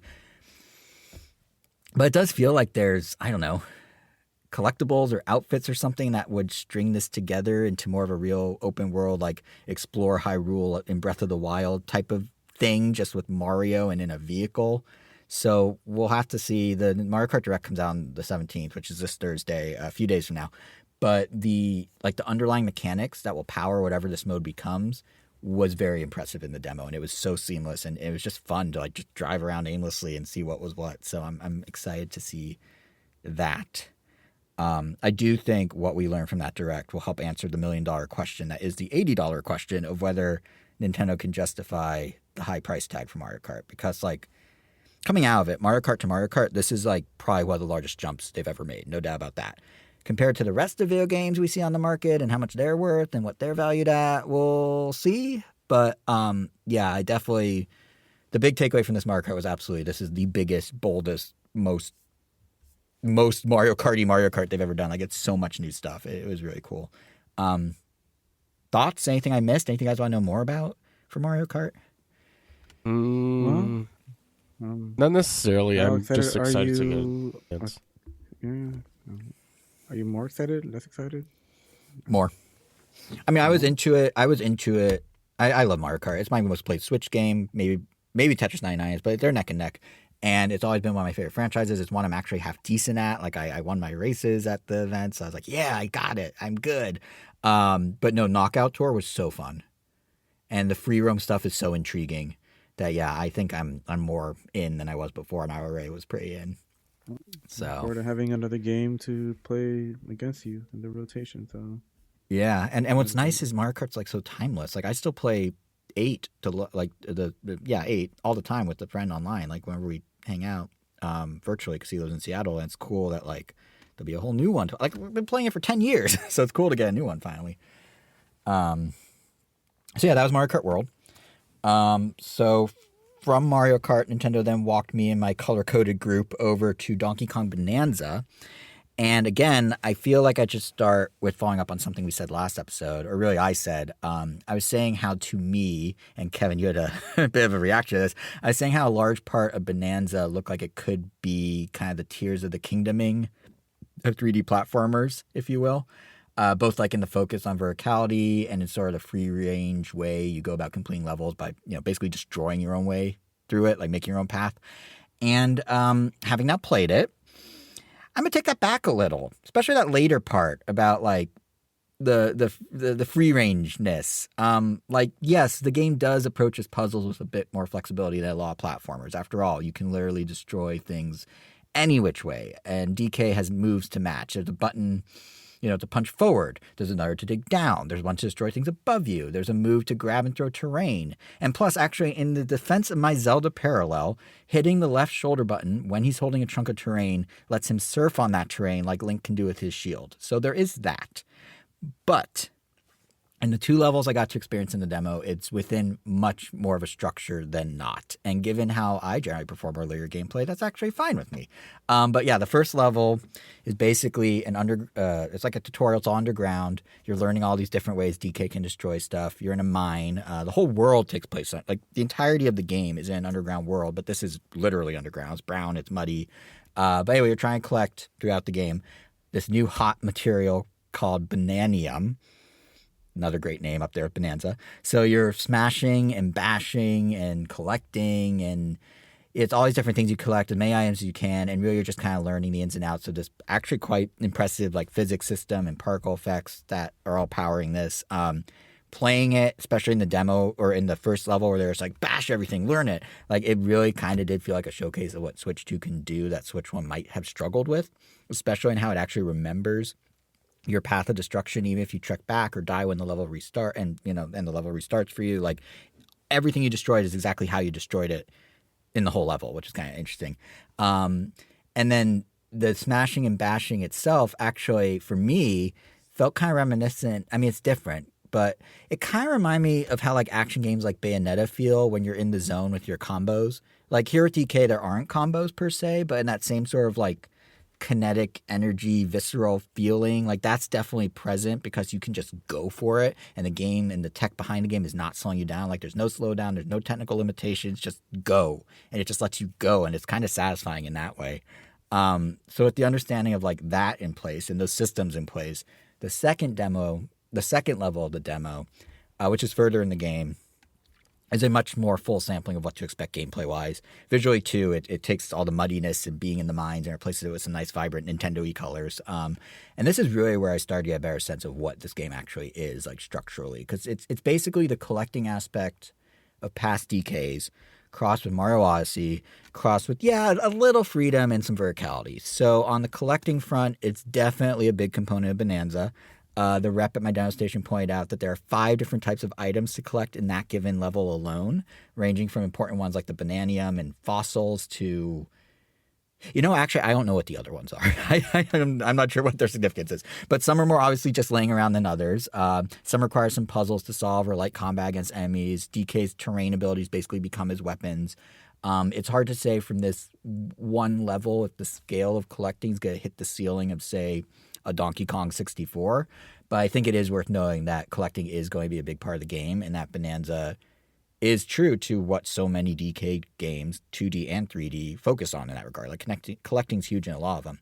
Now, how you go about doing this is where things get a little more interesting. So the level, kind of like Mario Odyssey, was a bit of a structured sandbox to explore. There's a pretty linear path you can take to get to the main objective, but if you want to find secrets, find the fossils, all that stuff, you do need to get more creative, and that creativity came mainly through how, as DK, I could leverage the environment around me. Like one way is, of course, by smashing and destroying as much terrain as I could find, which opened up some vertical paths and hidden things. There's actually even a handy 3D map you can pull up at any time that has a ton of depth to it. Like you can see multiple layers deep into the level, and it shows exactly what you've destroyed and in what way it's destroyed, which, I don't know, to me it kind of suggests they're taking some of the like Mario Odyssey sandbox and just tilting it vertically, which is kind of cool. But also the leveraging of the environment comes in the form of what the environment like gave me. Not all terrain is the same. Some is harder rock, some is softer mud. And the puzzles, like the main puzzle, if you could even call it that, because it wasn't that complex in this demo level. But the main puzzle here also involved explosive terrain. So you'd grab a chunk, you could throw it at enemies, walls, certain otherwise resistant materials, use all that to keep going forward through the level, getting certain items. And what I felt really good about is, honestly, you can use gyro control to aim DK's throws. It's completely optional, but it's a subtle use of motion control that just really added to that kind of like visceral, like, I'm tilting this way, and now I'm tossing, and it was really fun. And also just to hammer home the collecting idea, the demo still, so I did the main objective, and I still had a ton of time in the demo because they want you to explore, right? So that requires more destruction. That requires, finding the nooks and crannies kind of Mario Odyssey style, but now you're sort of creating some of the nooks and crannies yourself. Like there's a secret mini challenge to be found where you had to destroy 3 enemies in 30 seconds by throwing terrain, and the demo rep was saying there's some other secrets that some people are finding in the demo. So it just, yeah, really I'm just intrigued to see how much the developers end up playing with this whole mechanic in the final game. Like there are breadcrumbs of something deeper here when you factor in like how the terrain can have various attributes and presumably how those interact with one another. Plus the idea of just a vertical Mario Odyssey style sandbox is kind of fun. And apparently there's even more to the story that Nintendo's laying on. I'm not going to spoil it here, but I did see that Nintendo Korea leaked some key art just as a very interesting plot point about this game. So between all that, I'm definitely on board with this one. It stands out in a fun way. Is there anything you guys wanted to know about it or were curious about that I haven't said? Pretty sure I've seen this already online. The spoiler Yeah. involving a certain character. Yep. It's a bummer it got spoiled, but it kind of does set some interesting... I'm intrigued, you know? It's interesting for sure. Yeah. Definitely curious where it goes. Yeah. Yep. But yeah, so I mean, this one's more straightforward than Mario Kart in a lot of ways, because it's like it's a platformer with destruction and it's fun. But yeah, I did enjoy it a lot, and Nintendo seems to have a lot of faith in it. It had a ton of demo stations at the event. But yeah, let's now enter the part of the Switch 2 experience. Unless Kevin, you didn't have anything about Donkey Kong? No, nothing particularly about that game. Okay. Fair. All right. Now let's keep following the Switch 2 experience path. This is where I got to now pick and choose what to play. Like I did all the stuff Nintendo wanted me to do. Now I'm set out. I'm unleashed into the demo space. And I mean, how could Metroid Prime 4 Beyond not be near the top of the list of things I wanted to try? We've been waiting so long for this game. It was announced 8 years ago. And now it highlights the power of Switch 2 and Joy-Con's new mouse controls. So yeah, I kind of beeline to Metroid. You know, it's interesting. The fact that it highlights the power of Switch 2 and the Joy-Con's new mouse controls in many ways seemed to be the primary focus of the demo. It wasn't so much look at what's new in Metroid Prime 4's gameplay, like at all, actually. It was more look how amazing it looks and check out the controls. And, you know, last episode, I mentioned that former Nintendo employees Kit and Krista felt that Nintendo was maybe under-marketing Metroid Prime 4 at this stage. And we had a brief discussion among us about that idea. And I think what's kind of interesting is even with the demo, it feels focused less on what is Metroid Prime 4 versus just the existence of Metroid Prime 4, which isn't a knock, but it's just interesting. Like, we had 2 Nintendo Directs in 2 weeks, a few weeks ago, and in both cases, we barely learned anything about the gameplay itself. We know it runs in 4K. We know it's 120 frames on Switch 2. I mean, literally, the corner of each demo station had a badge that highlighted it was running at 120 frames. No other game with the experience had that. And to be fair, it looks great and smooth at 120 frames. Like when I demoed it, it was great. So there is that. And we also know, you know, it supports the new mouse control. But the most story-wise we know is that set on Jungle Planet. The most gameplay-wise we know is that Samus has new psychic abilities that can let you control the direction of her weapons, which is neat, but wasn't in the demo. And you can use those psychic abilities to, and I quote, open doors, which, okay. I mean, I did that just fine in a demo with a current skill set, but sure. But anything beyond that, really unknown at this point. We haven't really gotten a properly cut like trailer, just segments of gameplay with narration over them. And for better or worse, the demo did not expand on that knowledge really at all. Like gameplay-wise, it was fun. The demo was a bit reminiscent of the opening of Metroid Prime 3. You're dropped onto a planet, this new jungle planet, presumably, where there's a battle. It's already underway. It's between Galactic Federation folks and space pirates, and you're just kind of making your way through it as things go on around you, a lot like Corruption did, including a slick moment, actually, where they trot out a giant mech that I'm sure you'll pilot later in the game. So maybe that's a little hint of something. And then you have a boss fight, and that's about it. Actually, no, I take that back. Upon completing the demo, Silex pops up, acts all menacing, and then it ends. But yeah, we don't really know much else. Like maybe this is because Nintendo likes to keep fuller details closer to their chest until release. I know that, or I seem to remember that like the ins and outs of Tears of the Kingdom weren't announced until like 8 weeks before launch, even though we knew about the game for like 2 years. Or maybe Nintendo thinks, you know, just going, hey, here's Metroid Prime 4, it's real, is enough until the initial launch of Switch 2, and then they can circle back to marketing. And, you know, if it's the latter for demo purposes, sure, I'll buy into that. Metroid Prime 4 is real, and it was cool. And I say that because the demo was very good at showcasing how good the game runs and plays. this feels like a good Metroid through and through. From scanning to morph ball to boss battle, it was all there. It was just much prettier, much smoother, very smooth, shockingly smooth. Well, it wasn't okay. So it's smooth. I didn't notice how smooth it was until I compared it to something else. Like, it was kind of funny. Right after I played Metroid, I went and played the Switch 2 version of Cyberpunk 2077, which, don't get me wrong, it's impressive they got Cyberpunk running on this hardware. The lighting and the detail looks noticeably nicer than anything I played on Switch 1. The gameplay, I mean, I had no idea what I was actually doing with the deeper mechanics of like the hacking system and stuff, but it was fun. But man, I unintentionally did that game zero favors by going to its sub 60 frame rate right after the buttery smooth Metroid Prime 4. Like, I never noticed frame rates, as we were saying before, and Cyberpunk was staying steady at, apparently, I think I read somewhere it's 40 frames per second, so it's not like it was hiccuping or lagging or anything. But whew, bad back-to-back move on my part. It really made me appreciate what 120 frames can do. Yeah, welcome to modern gaming, Jason. Yeah. I know. As a Nintendo guy, it was so strange to me to have that experience. And I instantly knew, this is what you guys talk about outside the Nintendo bubble. But yeah, so Metroid by comparison ran great. And back to Metroid, the other oomph of the whole demo is how it supports Joy-Con mouse controls, right? Like that for aiming in particular. And the way it's implemented is super cool. I don't remember if we really talked about it last episode, but you don't go into a menu or anything. You tilt the right Joy-Con on its side, place it down, and boom, mouse control is running for your aiming. You pick it back up, you're back to stick controller gyro aiming, all on the fly. Like, somewhat to test its limits and somewhat because I mainly couldn't find my preferred control method, I was switching back and forth between the different options a lot during the demo.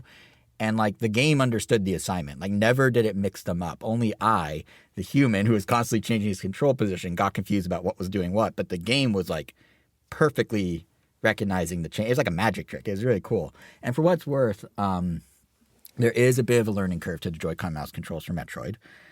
The face buttons on the right Joy-Con are still used in mouse mode, as you might expect. Yeah. But yeah, so what you have to do is you have this narrow controller in your hand, right, because it's now sideways, and you put your index and your middle finger, you rest those on the two shoulder buttons of the Joy-Con, and that's kind of like, your left and right click on a normal mouse. And then your thumb, optimally, would be resting along the side to tap A, B, X, and Y as needed. Meanwhile, your left hand is handling movement with a control stick. So for me, for the longest time, I was not the best at doing dual control stick gaming, and I've never really done keyboard and mouse as a primarily Nintendo gamer. So for me, I maybe wasn't the optimal tester of this new control scheme, but I will say it takes a little getting used to. The dexterity it provides, though, is super nice. Like, especially in the boss fight when you need to aim at specific parts, like having that mouse flexibility feels like it could be a big help. And I think, I want to say, Kevin, last time we were talking about like how lock-on plus the mouse would work. I think if I was correctly processing what I was doing and seeing with my actions, I think lock-on will still work and you can strafe and do stuff like that. And then you can use the mouse pointer to aim within that space. So you kind of get the best of both worlds. Okay, interesting. Yeah. Don't quote me on that. Again, it's a lot going on, but I think that's roughly what I was doing because I was definitely strafing while still using the mouse, and you can only strafe if you're in lock-on. So, yeah, so that was kind of interesting. But besides that, though, not a whole lot about Metroid Prime 4. It's very, like I said, it's very pretty. The art style, the art direction they went with really works well for like making it look super nice. The controls, yeah, that's probably the big unique step up from past entries. And really, I'm just kind of curious if or when when's Nintendo going to tell us more, But as is, if they set out with a mission of, look, Metroid Prime 4 is real, you can buy it because it looks and runs like no other Metroid, and we've got this unexpected new control option. I mean, they got me with the looks and the smoothness. So the controls, I'll have to see which of the three I end up liking long term. But yeah, this was another game in the yes column for me. I was quite pleased with how much of a technical showcase it became. So, and it still feels great as Metroid. It maybe doesn't have that defining feature, or we haven't learned what it is beyond you can open doors with psychic abilities. But yeah, it was cool. It's nice to have it back. How are you guys feeling about from what you've seen of Metroid? Is it a slam dunk for you, or are you kind of waiting for more info? Been on total media blackout from Metroid since the first trailer. Oh, so then Nintendo's actually helping you by not saying anything. That's nice. Pretty much. I think outside of like the first couple seconds of its appearance in a direct, when it just got confirmed that it was getting like a Nintendo enhanced version. After that, I just kind of like skipped to the next section or just paused it. Just because, Fair. this Metroid has the most potential to surprise me because, I wasn't expecting anything after the third, even if they did tease something with Silex at the end of three. For all intents and purposes, like the story of the Phazon and Metroid Prime itself was essentially wrapped. Like anything else is just additional characters Beyond, and plot points if that you will.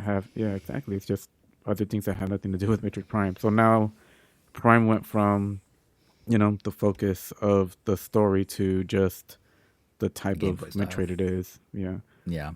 And it always kind of was that in a way. Like Hunters was considered a prime, even though it was a side thing. Federation Force was sort of a side. It was always like the name always also represented side stories or whatnot in that gameplay style. So it's not a huge leap. But to your point, I think that's why I kind of didn't even remember initially that Silex was even in the demo, because I was like, oh yeah, Silex, because like that wasn't a reveal either. He was at the end of 3. Because that required you to beat the game. Well, no, but I knew it anyway. It made the rounds, Right. but like, yeah, that's why I'm saying I wasn't surprised. I almost forgot he was there because even that wasn't a reveal for the demo. It was pre-existing information. So. Yeah. He was also, I want to say, semi-prominently featured in Federation Force as well. Yes. They're really trying to make him a thing. Man, of all the hunters, I feel like he was not the coolest design of the bunch. Yeah, I feel maybe like some of the more out there. Yeah, like I always I like like Trace. Candon a lot. Trace is pretty cool. Trace has a giant stylus for an arm, think which is pretty funny. I think they're all cooler. Yeah, I think Silex is probably the weakest one design wise. Noxus kind of had a buff brother in Metroid Prime 3 that was just like, oh, it's just a giant version of Noxus. But I feel like what Silex has going for him is he often best fits the rest of Metroid. Like some of the designs of some of the other characters in Hunters. As much as I love Hunters, I played Hunters all the time. But some of those character designs were a little more out there than some of the vibe of like the core Prime games. You know what I mean? Like they got a little more creative. So they might have been trying to reel it back a little by having Silex be the main guy because he's kind of the boring one. yeah. It seems kind of like the opposite of Samus. Samus has like a lot of roundness to her design with like the giant like basketball on her shoulders. Right. Silex is way more angular. And then you That's have true. ones like, That's true. And he's also a guy, presumably. Yeah, and or also whatever. his visor is a vertical thing versus a horizontal thing. Yeah, that's what you're saying. Literally, I'm the anti-Samus. Yeah. Almost a dark Samus, if you will, but not that dark Samus. Different dark Samus. Yeah. Yeah. Yeah. But Yeah. yeah, but it was a cool demo. Kevin, are you I'm curious, you play more shooters. Are you curious, mouse controls, in or out? Where do you think you stand on using a Joy-Con sideways as a mouse? Halfway in. Okay, you're halfway in. What's Kevin? Where's I mean, Kevin? I've got to try it. I will be curious, and I'm Okay. sure it's not too far off, but I'm sure that they will make some sort of accessories where like you'll slide the Joy-Con the table in lap or something. The lap table. Yeah, they probably will. Yeah. to make it to make it more mouse-like. Actually, Yeah, and that they- is a legitimate question I have. I don't know if you just answered it because I was trying to listen, but also not listen too much to the Metroid section, so that I Sure. could still That's fair. keep What's me- the question though?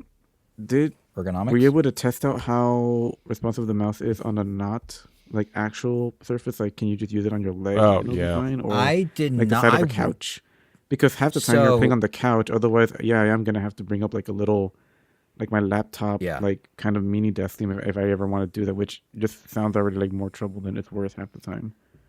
So, I actually did not have the opportunity because the one game I could have done it on is Dragon Drive, which we'll talk later about. But we were standing for most of these demos, and they had a table set up in front of the kiosk with a mouse pad, like a big old mouse pad. So I would have Wouldn't it be cool to suddenly use it on your tilted the side? Just, controller. like, just Well, lay that's why I was the- trying. That's why I was like, didn't want to try. Oh, I mean, I guess I could have, but I didn't think of it. Is like if I were to do it on my pants in a standing position, the controller is now vertical, not horizontal, and that changes things. So I didn't actually think of trying it for that reason. But in hindsight, I probably should have. I have heard secondhand that it works pretty well in pants, but I don't know if it offers the same level of dexterity as like having a real flat surface would do. I also know, because someone told me, that both Metroid Prime 4 and Dragon Drive has the ability to adjust mouse sensitivity. So if you find, like I found the mouse was very fidgety in Metroid Prime 4. Not necessarily as a bad thing, just is very sensitive. If I find that to be too sensitive, I can lower that. If in Drag and Drive I don't want to extend my arms so much when lunging forward with the dual mouse, I can lower that. Like it seems like they're fully aware that people have different ways to play, and maybe that will account for the pants thing. But I did not get to try it firsthand. So there's my half answer. But yeah, I think ergonomically, like I was sort of saying, it's a little funky because you have to like have your thumb on the face buttons while holding your two fingers on the shoulder buttons. So it's not, you have kind of an interesting like claw situation going, but it's not bad. It's just different than a real mouse. Like it doesn't have like that palm support in the way a normal mouse does. So it will be interesting to see. But speaking of mouse dexterity, I can't believe I'm about to say which game showcased it well. You might think it was Civilization 7, which was there and is an RTS and probably did showcase it well, except I didn't play it. But no, I'm about to give credit to the new mini games in the mouthful of a named Super Mario Party Jamboree plus Jamboree TV. I was pleasantly surprised by those mouse games. There were 2 separate modes in Jamboree TV that were available to try. They had the mouse-based mini games and they had the camera ones. And those mouse ones, to be fair, not every single one needed mouse controls. There was one that was basically air hockey. And like, yeah, you're moving something on a surface. It's kind of like simulating the handle thing you hold. But it could have easily been gyro. Like they've done gyro air hockey just fine in the Wii days. And there's another one where you had to drag a little toad through a maze without hitting other people's little toads. And the toads like bonk out off each other with real physics. And like you're kind of going through a maze and you need to dodge like not hitting electric fencing along the maze. You don't want to electrocute your toad. And that sort of like drag him through the maze thing could have also easily been done in like the Wii era pointer controls. You know, like it didn't need a mouse. But there was this wind-up car mini game. I don't remember what it was called, but it did that very Nintendo-y thing of combining different technologies in new ways, and it worked super well. So the idea is there were 2 teams of 2 pulling back little toy cars, and then you launch them when you let them go, and you're doing it on a big old shuffleboard, essentially. So it's like shuffleboard, but with little toy cars. And the idea is to get your car across the board and into your other team's goal, use the mouse to pull it back, which feels very much like pulling back an actual toy car because you have a physical thing you're dragging backwards on a surface. And it also, that mouse is also used to aim the angle at which the car will go. So you pull it back at an angle. I think there may be a little Joy-Con gyro at play here too, but you pull it back, you kind of position it, like you tilt it which way you want it to go. And then in the pullback motion, there's also really good HD rumble. Like this is where HD Rumble 2 kicks in and gives a really good feeling of essentially extending a rubber band or something. Like I told you HD Rumble would come back around later this episode. But yeah, the whole thing when put together is this really simple premise of just pulling back a car and letting it go, but it's just super well executed. And I don't think it'd feel as good or work as well with just gyro. Like this, the mouse and like the tactical drag motion with the rumble like really makes the experience. And it was definitely one of those, okay, this is cool type of moment. Likewise, there's a mini game where you literally are sorting emails as fast as you can by dragging and dropping them into folders. And here too, obviously, you know, dexterity and the cursor control helps in ways that maybe gyro wouldn't. But also it's just a funny riff on how they're taking a standard input we've used for decades, you know, a standard mouse cursor, doing a standard computer action and having some like Nintendo-y fun with it.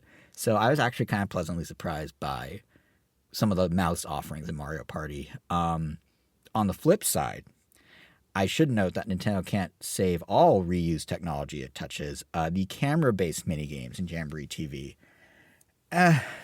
maybe not so hot. At least not if you're older than a small child. So I did the Bowser Live mode, and basically they insert you in the game using the Nintendo Switch 2 camera. Why'd I say the full name like I work for them? The camera. They use the Switch camera, but they insert you in the game. It's kind of like fun in a PS2 iToy kind of way to have your body like there through a video feed, and they do a really good job actually cutting out the background so it's just your body. But the mini games themselves, like one had you either stand or squat when told, and that was the whole mini game. Another had you make as much noise and flail when told as you possibly could, and that's it. And then the third, well, actually the first in the set of my demo, but the third overlaid a question mark block above me, and I just needed to keep punching the air to get as many coins as I could. it felt very like we have the Bowser Jr.'s castle game from Super Nintendo World at home type of thing, or like Temu Bowser Jr. Castle. Like it wasn't the best. And what I didn't get to try, but where I think the camera might actually shine is the main minigame mode, where instead of doing stuff like Bowser Live, you just have your faces in the core Mario Party game. Like from footage I've seen, your face is accompanying your character everywhere. For big moments like getting a star, they put the video feed front and center so everyone can see your reaction to what's happening. That seems like where the camera's actually going to be useful. So if you think of like Jamboree TV as a $20 DLC add-on that has like some clever mouse mini games, video feeds to kind of make the feeling of being around the couch together playing Mario Party even if you're not, and then Bowser Live and the camera-based gameplay is just there. Like, it's not a bad value proposition, I don't think, but definitely Bowser. The camera stuff was probably the weakest thing at the entire Switch 2 event, which I guess I'm not surprised, but yeah. I'm sorry, Angel, that your favorite character has a mode that isn't living up to his name. That said, though, Angel, do you think you're going to get the Mario Party update? Because you're Mr. Multiplayer. Most likely, I'm not as excited as the potential that it could have been. I mean, I think it makes sense what it is for the Switch 2, and like for the kind of exclusive thing it has to offer for it to only make sense being on the Switch 2. Because I think everyone would have preferred, just give us more maps. Like, for however much the expansion is going to cost, just give us more maps and more mini games. Right. Like, round out the maps that should have been in Super Mario Party All-Stars or whatever it was called. But then at that point, it's like, well, that should have just been on the Switch 1 to begin with, and it may have rubbed some people the wrong way. So at least this way, it's like, well, the camera isn't compatible with Switch 1, so yeah, this is more acceptable. Yeah, at least the mouse offers some new gameplay ideas. And even then, like, outside of the camera, like, the microphone stuff that we saw and some of the other minigames aren't that much different than something we've seen in past Mario parties, or even like some WarioWare kind of minigame. So it's more like a unzipped wallet kind of thing than like, oh yeah, like, looking forward to it. Yeah, I do think it would be fun as a showcase, like when we're all together, because when the three of us get together and hang out, we often play Mario Party. So I think it would be fun to like have experiences where we can use the mice control. Yeah, exactly. And even if the camera stuff works locally, I don't know if it does, but being able to like see back the reaction, even if it's a person sitting next to you and just have it on the screen, I feel like it's gonna be some funny moments. So there may be there's something here. But yeah, I kind of didn't expect much from Jamboree TV, and Bowser Live was about what I expected, which was nothing, but the mouse stuff kind of surprised me. So yeah, there's something there. One last game I want to share impressions of, and like Jamboree TV's use of the Joy-Con mouse, this one caught me by surprise too. Dragon Drive. So raise your hand. I mean, I can't see if you did, but raise your hand or make some noise, some audible noise, if you had low expectations for this based on the initial gameplay reveal. Not because the idea of Nintendo making wheelchair basketball into a video game doesn't have potential. Very cool representation, actually. But in terms of what we know about this game, did anyone have any expectations for this thing? I never really knew how to feel about it, just because it looked like a game that was revealed way too early. Like, the way the game looks like how they would model a test character before they actually put the character that they would actually want it to design around. Like, there was a video from someone that was like, I'm in a wheelchair, and when I play video games, I don't really want to play as someone in a wheelchair. But, that aside, because, on the flip side, I've seen people say they thought it was cool. But that representation of that kind of sport is also pretty cool too. They were thinking more in a joking way. Because they were talking about more about the escapism part of it. But it still feels like there's got to be more personality left to put in here. I mean, something's missing. Yeah, like where's the arms part of it or something? Maybe this is part of the arms universe later, if we're gonna find out. Like, honestly, it kind of makes sense. If you just give them stretchy arms, they could like reach for the ball. And honestly, if they made arms more of a sports thing instead of like a 1v1 fighting thing, it would be this. All right, but back to not arms. Yeah. Yeah, it's for all. Here's the thing. I was basically like, I agree. It looks like it's barely a thing. It's supposedly out this summer, which feels very soon based on how little we've seen. And even the concept just sounded tiring and kind of like, oh, like you can I just do it hope with motion. Like, I why? hope I hope Why is it's this? how little we've seen. Well, imagine that's just like I the know. whole Well, so right, yeah, but you know what? For all this talk from Nintendo and even me last episode and us about how the Switch 2 is an evolution and not revolution, to a lesser extent, this was true Jamboree TV, but certainly with Dragon Drive, it demoed like the type of experience I had when first getting to try the last few generations of Nintendo platforms. Like that sort of entirely new thing you haven't quite had an experience of in any other gaming device in any other time you've gamed. Because, like, I mean, let's be real. Can you name any other game that has you playing with a mouse in each hand simultaneously? I don't think that's a thing, right? So on some level, I think Dragon Drive could have still worked if it was like a full, purely motion-based control scheme on a past Nintendo platform's life or something. That was my gut feeling when we talked about it last episode too. But having now actually played it, there is something to this. There is some kernel of something here to the feel of the mouse that enhances the gameplay, especially in how it also uses the new HD rumble as you're dragging the mouse along. Like, there is something here. So in a nutshell, the demo split into two parts. The first was strictly a tutorial for the ins and outs of the controls, which do, probably not surprising, take some getting used to. So each Joy-Con, for those who haven't seen much of the game, each Joy-Con controls each wheel of this wheelchair-like vehicle you're maneuvering. So make a forward drag of the left Joy-Con using the mouse feature. That spins the left wheel and tilts you to the right. Forward drag of the right Joy-Con moves the right wheel and tilts you to the left. And then between the two, you can go straight, move at angles, back up by dragging your Joy-Cons backwards, or come to a hard stop with the brakes via the shoulder buttons. And then to shoot, the actual basketball part, you lift the Joy-Con, seemingly either one, and make a casual basketball like wrist flick motion, and goes the shot.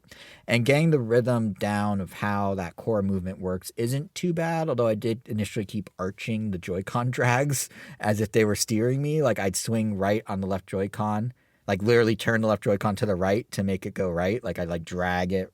But you don't need to do that. You just move them forward. And some of the more minute angles and whatnot require a little bit of practice too.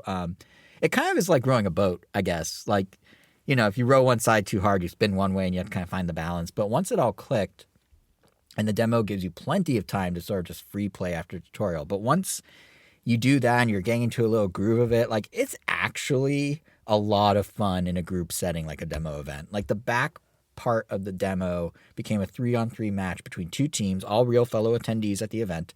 And it's a mix of like, try and get the ball and shoot it, but also there's like a bit of a trick system that can enhance how many points you get. So like you're not just doing 2 points and 3 points, you do like decimals and stuff depending on what you do in the lead up. And in a lot of ways, it felt like a more physical and slower take on Rocket League, which I think is how everyone saw it when it was in the direct. But it is fun to experience. And again, it's something new feeling in a way past Nintendo systems or anyone's system hasn't yet been able to do. Like it did feel different and unique and Nintendo-y. And I think the big question mark on this one is really what you touched on, Angel, which is like, what's the staying power that it has? Because like, I keep adding the caveat here on how it's fun in an event setting with a group of people. Like we know next to nothing about the game, but beyond this one 3v3 mode, the game looks admittedly a bit plain by Nintendo standards. Like you were evoking ARMS, and I'd say in a lot of ways it's ARMS by way of 1-2 switch. Like here's a cool control concept for a competitive game that works better than you think, kind of like ARMS was, but it's wrapped in an aesthetic that is just not normal Nintendo. Like 1-2 switch leaned on like real videos of real people, and it felt kind of like it was Nintendo-y in a way, but also kind of not. And I feel like Dragon Drive leans really heavily on what feels almost like a game engine's prototype assets, or like how you were saying it felt like a game that was too early in development, or I don't know. So as it stands, like maybe you'll bust it out. Let's say the game is exactly what it is today. From what I played, this seems like the type of thing that you'll maybe bust out when first showing someone the Switch 2 and some of its new features, or for like first-time players after you buy the game, you'd be like, hey, let's try this fun little quirky thing. But like, how often will people go back to it? That's what I'm kind of waiting for Nintendo to say more about. Because it turns out the core mechanic, like the demo piqued my interest. I'm going to give Dragon Drive more attention than I initially planned. And I'm actually kind of hoping there's either some meat on the bone here or Nintendo prices it accordingly. But knowing Nintendo's pricing moves of late, yeah, I think that more meat on the bone is the more realistic wish of the two.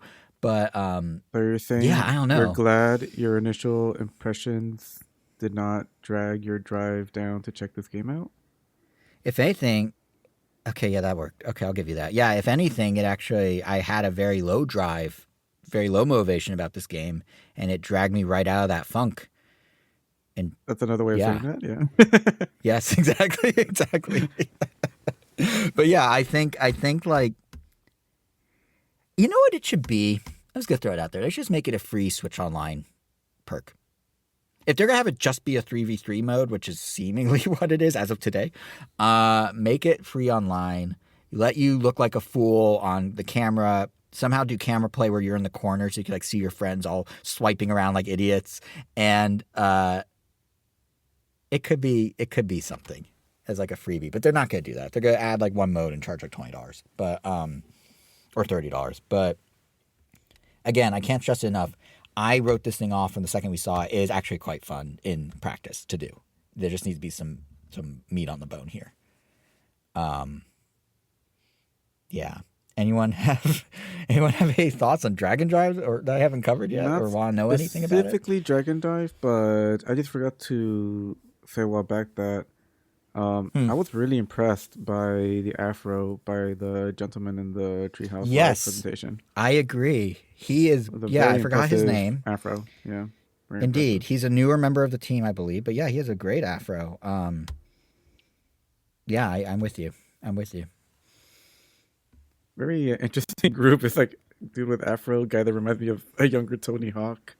And We're talking about Corey? Corey from the Treehouse? I don't remember any of their names, but just the way he was dressed and the way he had his hair, he just like I was like, is that like like Tony Hawk? And That's then funny.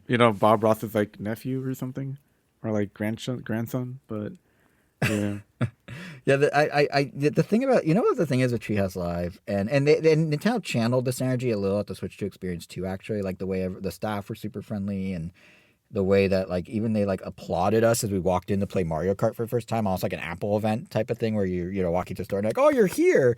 There's just like a wholesome friendliness to so much what like the reason I think Treehouse Live works is it doesn't feel like you're being marketed to. It feels like you're just hanging out with these people playing the games, and obviously they're marketing you and you realize that, but it's like chill. And that was one of the things with like the Switch 2 experience is everyone there was just so nice and chill, and like we were just chatting as we were playing games. Like that's how I found out the blue shell thing with Mario Kart, like that. I was just talking to him while racing, and he was like, "Oh, and we were just talking about stuff." He's like, "Oh, by the way, you should try this," and it was just like it just felt chill, like it was. And I think they also helped. They didn't have the long lines, and it was all very structured. But yeah, it's just Nintendo, at least NOA's marketing people, the front-facing people, the boots on the ground, are very chill, and I think the Treehouse reflects that really well. Yeah. So I'm sure behind the scenes it's complete chaos, especially in the reaction to what's going on with the Switch 2 discourse around price and stuff, but like and tariffs. But like, yeah, no, they're chill. It was a really good time. So yeah, with that, I thought I already think had about Dragon Drive. Yeah, fair. It wasn't even about Dragon Drive. But yeah, with that, I think we basically reached the end of my journey with the Switch 2. I mean, I did get to try the GameCube classics briefly. F-Zero GX still looks so good in widescreen, no less. Like it just scales up really nice. Some games you could tell don't scale up as nice. Mario Strikers, they have some art that was clearly made for a pre-HD TV screen that is pre-made art, not rendering. So but it you just can looks put a not filter, great. right? Like a CRT filter or something like You that. can, I think. I didn't try, but 'Cause I they did think I that was for so blown away by how good. 64, but Yeah, I think. Well, so you can for 64 starting on Switch 2. You could not on Switch 1. On Switch 1, it was only NES and Super Nintendo and Genesis that had the CRT, and they're adding it to Switch 2. yeah, and So F-Zero, maybe, but and F-Zero had like a native like progressive scan mode, which I'm yes, guessing you but can trigger in game, or do you have to? yeah. So like- even to turn on widescreen, I just went to the in-game options to do. I was like opening like the Switch Online like emulation overlay menu, and then the download was like, no, it's just in game, and I was like, oh, and it just like the emulator just knows, oh, switch Yeah. to widescreen, and it does. and we confirmed this. This could just be me being dumb or forgetting an obvious thing, but like when you're downloading these games, like are you downloading the games, or they're being like streamed onto the Switch? I believe they are downloaded, and then they do a quick check to make sure you still have an active subscription on a weekly or bi-weekly basis. I mean, maybe it's because just like the file sizes of N64, Super Nintendo, and NES games are so tiny, but it always felt like am I downloading anything? Because these apps are so light. Like it almost feels like, am I streaming these games? They are fully downloaded. Yeah, they're downloaded because the first nuts. time they're really trying the game streaming tech is what we were talking about last episode with how Game Chat uses basically retrofitted Wii U streaming tech. So that's the first. All these are local on your machine. Yeah. Or, I guess there is some streaming. Like if I'm playing with you online, obviously there's whatever packets are going back and forth to create that experience. But it's not streamed from a central server now. Yeah, so, and got confirmation. I think Nintendo might have said this, but got confirmation at the event. So Soul Calibur 2, F-Zero GX, and Wind Waker will be available at launch for the GameCube Classic setup. And then shortly thereafter, that's the official word, Super Mario Strikers will be coming. I think they only said those three are confirmed for launch and did not give any like follow-up, but they said at the event that Strikers will be the next in line after that. So there's that. But yeah, besides that, like I watched some gameplay from afar of Switch 2 editions of Zelda and Kirby. Kirby looks basically the same, but the DLC looks nice in terms of it being, a little more blown out in terms of like visual effects, and just they're doing some interesting stuff with like the whole Star-Crossed world, like this kind of celestial blue sparkly thing. And Zelda, at passing glance, it basically looks like Zelda, but when you get up close to it, yeah, there's some more detail. They were running like parts of the forest where you find Koroks and stuff that always run slow, and it was not chugging, so that was kind of cool. But in terms of like my own hands-on, that was it. Like it was a really fun afternoon, and it covered not just how like the Switch 2 is bigger and better, but much to my own surprise, it also covered how some games also capture the vibe of like the Wii and DS era, where Nintendo's trying new stuff with new control schemes. Like the whole back half of my impressions, I wasn't expecting the mouse to give me that feeling. We didn't get like a Mario Maker or a Mario Paint, which I was saying, oh, the mouse, can't believe they're not launching with that, and they'll get there. But I was actually kind of surprised by how well the mouse is being used. So, say what you will about the Switch 2 narrative, about Nintendo's business decisions, but like the hardware's great, the games look promising. And as I said up top, like the event staff put together a real killer event. So I appreciate that Nintendo gave me the opportunity. It was really fun. I'm very excited for the system. That's pretty much what I had about Switch 2. Is there anything you guys wanted to cover, Switch 2 or otherwise? No, I think that's everything I had in this bonus. At this point, you full on. You came in with more than we expected. Yeah, it's barely a bonus. I mean, we were kind of reaching normal, if not already reached normal episode lengths. So. To be fair, I tried. Initially, I was like, I'm going to clock this at about an hour when I was putting my notes together.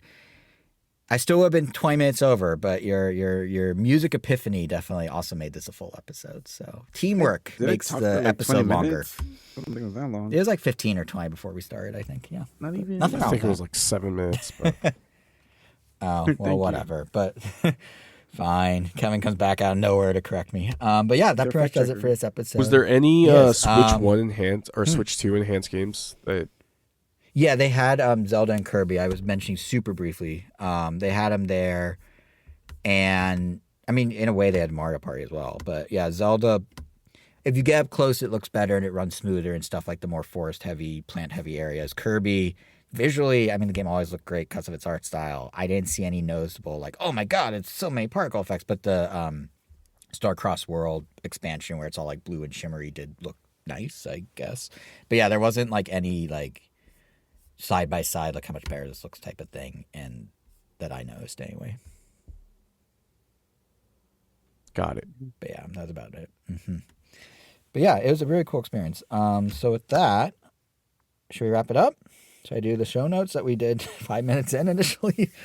You can find us on all. We'll be back. Are we back on our normal schedule? Are we back next week? Is that the plan? We will talk about it off the podcast. Okay, so you'll see us in a week or two.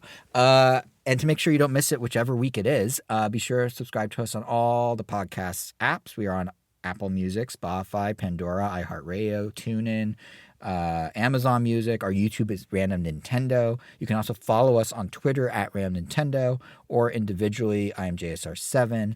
Angel is on Instagram. Or wait, I should back that up. I'm JSR7 on Twitter and Threads. Angel's World of Weros on Instagram, and Kevin is KV and Gomi on Twitter, and Blue Sky.